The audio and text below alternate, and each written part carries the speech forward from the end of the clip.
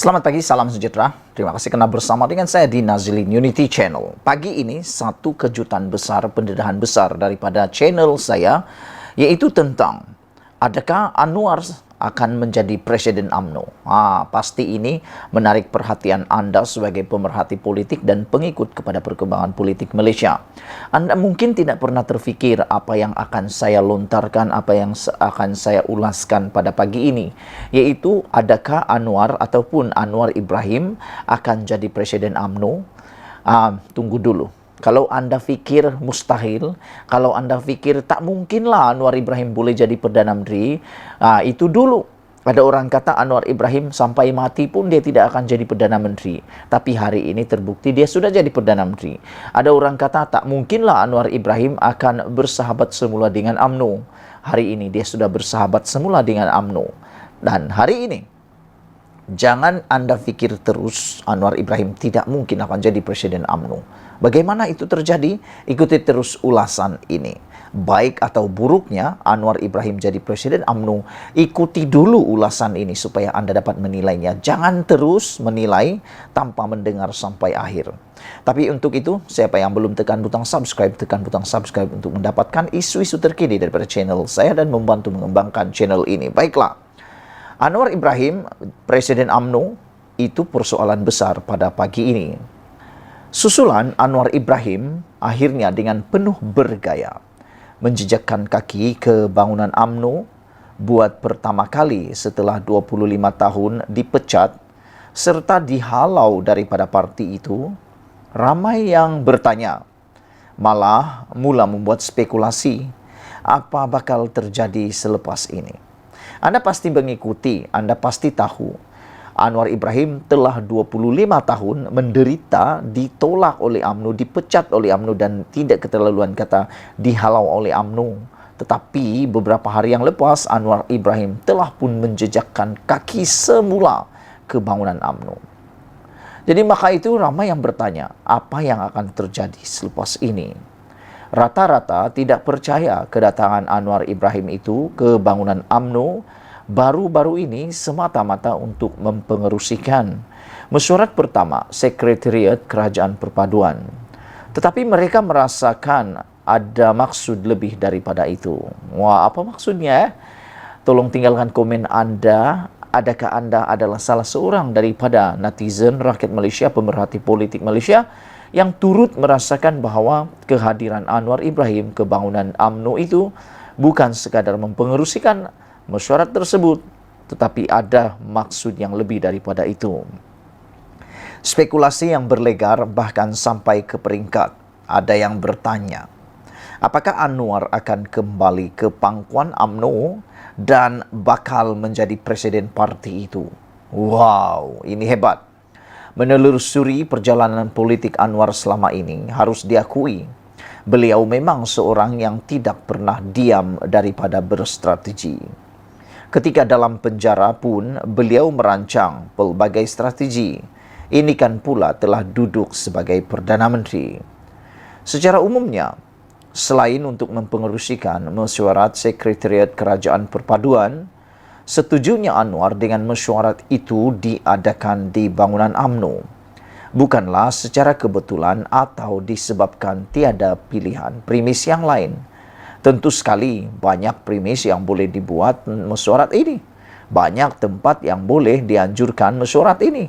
Tentu sekali paling sesuai ialah di Pejabat Keadilan sendiri. Namun kenapa dipersetujui di bangunan UMNO itu? Itu persoalan daripada netizen. Tetapi sebagai Perdana Menteri yang suatu ketika dahulu pernah dipecat daripada UMNO, selain untuk menunjukkan hubungan dan penerimaan parti itu terhadapnya, kesediaan Anwar merendah diri hadir ke bangunan UMNO disertai sekali lagi merendah diri dengan sedia sekadar menjadi makmum solat maghrib yang diimamkan Dr. Ashraf Wajdi Dusuki. Beliau dengan sendirinya terlihat amat mengagumkan. Sebagai Perdana Menteri, jika mahu memilih untuk bersikap ego, Anwar boleh saja meminta mesyuarat Sekretariat Kerajaan Perpaduan itu diadakan di Putrajaya atau di mana-mana tempat lain yang bersesuaian kerana ia adalah urusan berkaitan kerajaan. Tambahan lagi, DAP yang barangkali masih janggal untuk memijak pejabat UMNO turut sama hadir dalam mesyuarat itu. Begitu juga sebagai pemimpin gerakan Islam yang memang biasa menjadi imam solat sejak dulu lagi, tiada masalah dan tidak bersalah jika Anwar Ibrahim memilih untuk menjadi imam solat maghrib di bangunan UMNO itu. Namun, kerana jiwa besar dan sebahagian adab menghormati tuan rumah, memilih menjadi makmum adalah lambang pekerti dirinya yang terpuji.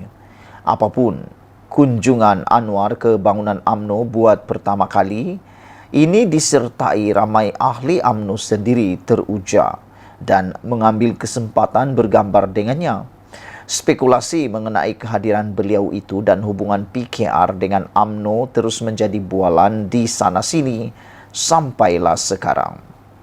Tambahan lagi, berdasarkan situasi pasca PRU 15 lalu, PKR dan UMNO sebenarnya bukan saja saling memerlukan untuk menubuhkan kerajaan, malah juga untuk masa depan kedua-dua parti itu.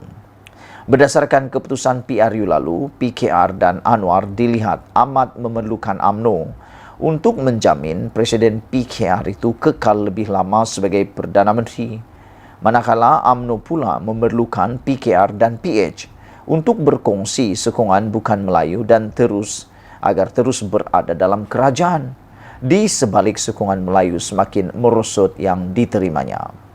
Untuk itu, pilihan untuk Anwar menjadi Presiden UMNO selepas ini adalah pertimbangan yang rasional, matang serta sehat demi masa depan kedua-dua parti ke arah kestabilan negara yang menyeluruh.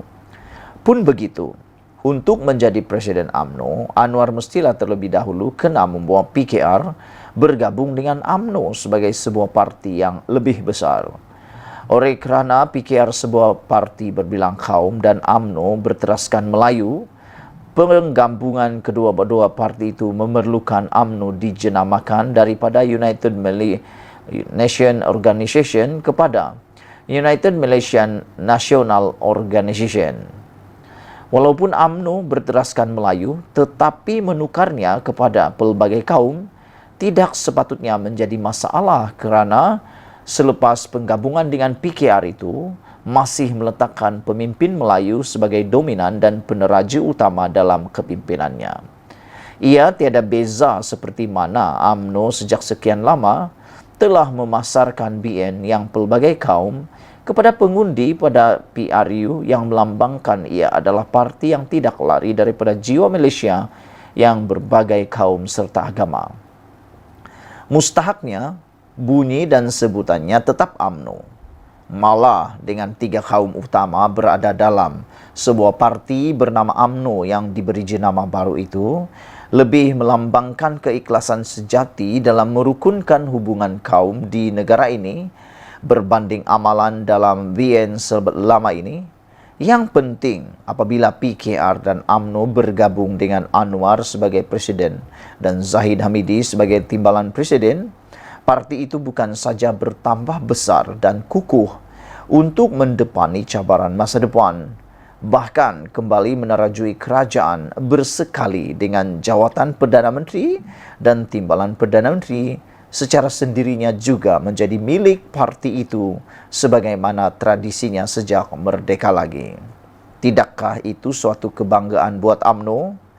Terciptanya sejarah bila mana Anwar menjejakkan kaki ke pejabat UMNO baru-baru ini setelah 25 tahun berlalu, barangkali suatu permulaan kepada terbukanya satu lagi sejarah baru buat parti itu.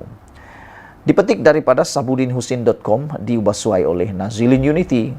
Jangan lupa tinggalkan komen anda, tekan butang subscribe. Malaysia kita punya, kita jaga sama-sama, cintai Malaysiaku. Bye-bye.